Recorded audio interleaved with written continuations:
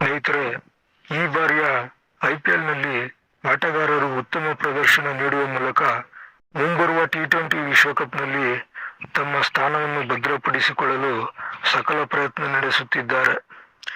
ಅದರಲ್ಲೂ wicket keeper batsman ಸ್ಥಾನಕ್ಕೆ ಪ್ರಬಲ ಪೈಪೋಟಿ ಏರ್ಪಟ್ಟಿದೆ. ಇದರಲ್ಲಿ ಪ್ರಮುಖವಾಗಿ ಕಂಡುಬರುವ ಹೆಸರುಗಳೆಂದರೆ ಸಂಜು ಸ್ಯಾಮ್ಸನ್, ಇಶಾನ್ ಕಿಶನ್, ರಿಷಬ್ ಪಂತ್ ಮತ್ತು ಹಿರಿಯ ಆಟಗಾರ ದಿನೇಶ್ ಕಾರ್ತಿಕ್. ಇವರಲ್ಲಿ ವಿಕೆಟ್ ಕೀಪರ್ ಬ್ಯಾಟ್ಸ್ಮನ್ ಸ್ಥಾನಕ್ಕೆ ಪ್ರಬಲ ಪೈಪೋಟಿ ಏರ್ಪಟ್ಟಿದೆ. ಅದರಲ್ಲೂ ಆರ್ಸಿಬಿ ತಂಡದ ದಿನೇಶ್ ಕಾರ್ತಿಕ್ ಉತ್ತಮ ಪ್ರದರ್ಶನ ನೀಡುತ್ತಿದ್ದಾರೆ.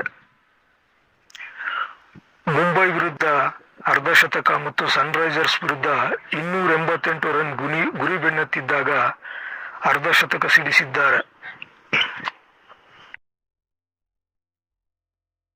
ಅಲ್ಲದೆ ಮುಂಬೈ ವಿರುದ್ಧದ ಪಂದ್ಯದಲ್ಲಿ ರೋಹಿತ್ ಶರ್ಮಾ ಅವರು ಟಿ20 ವಿಶ್ವಕಪ್ಗೆ ಆಯ್ಕೆ ಮಾಡಲೆಂದೇ ಈ ರೀತಿ ಪ್ರದರ್ಶನ ನೀಡುತ್ತಿದ್ದೀಯಾ ಎಂದು ಕೀಟಲೆ ಮಾಡಿದ್ದರು. ಇದು ಸೋಷಿಯಲ್ ಮೀಡಿಯಾದಲ್ಲಿ ಸಾಕಷ್ಟು ವೈರಲ್ ಆಗಿತ್ತು. ಹಾಗಾಗಿ ದಿನೇಶ್ ಕಾರ್ತಿಕ್ ಅವರ ಹೆಸರು ಮುನ್ನೆಲೆಗೆ ಬಂದಿದೆ. ಇನ್ನು ರಿಷಬ್ ಪಂತ್ ಅವರು 2022ರ ಡಿಸೆಂಬರ್ನಲ್ಲಿ ಕಾರು ಅಪಘಾತಕ್ಕೊಳಗಾಗಿ ಈಗಷ್ಟೇ ಸ್ಪರ್ಧಾತ್ಮಕ ಕ್ರಿಕೆಟ್ಗೆ ಮರಳಿದ್ದಾರೆ. ಅವರು ಕೂಡ ತಾವೇನೂ ಕಮ್ಮಿ ಇಲ್ಲ ಎಂಬಂತೆ ಸತತ ಅರ್ಧಶತಕ ಗಳಿಸುವ ಮೂಲಕ ಉತ್ತಮ ಲಯದಲ್ಲಿದ್ದಾರೆ. ಈ ಬಗ್ಗೆ ಮಾತನಾಡಿರುವ ಇರ್ಫಾನ್ ಪಠಾಣ್ ಅವರು ಟಿ20 ವಿಶ್ವಕಪ್ಗೆ ದಿನೇಶ್ ಕಾರ್ತಿಕ್ ಅವರ ಆಯ್ಕೆ ಬೇಡ ಎಂದು ಹೇಳಿದ್ದಾರೆ.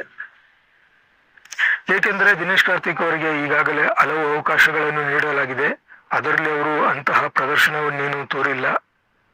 ಹೀಗಾಗಿ ರಿಷಬ್ ಪಂತ್ ಅವರಿಗೆ ಅವಕಾಶ ನೀಡಬೇಕು ಎಂದು ಹೇಳಿದ್ದಾರೆ. ಮತ್ತು ಆಯ್ಕೆಗಾರರು ರಿಷಬ್ ಪಂತ್ ಅವರನ್ನೇ ಆಯ್ಕೆ ಮಾಡಲು ಆಲೋಚಿಸುತ್ತಿರುತ್ತಾರೆ ಎಂದು ಸಹ ಹೇಳಿದ್ದಾರೆ. ಅದೇನೇ ಆದರೂ ಈಗ ಆಯ್ಕೆಗಾರರಿಗೆ ಈ ವಿಷಯ ತಲೆನೋವು ಆಗಿರುವುದು ಸುಳ್ಳಲ್ಲ. ಮುಂಬರುವ ಟಿ20 ವಿಶ್ವಕಪ್ನಲ್ಲಿ ಭಾರತ ತಂಡದ ವಿಕೆಟ್ ಕೀಪರ್ ಬ್ಯಾಟ್ಸ್ಮನ್ ಯಾರಾಗುತ್ತಾರೆ ಎಂದು ಕಾದು ನೋಡಬೇಕಾಗಿದೆ.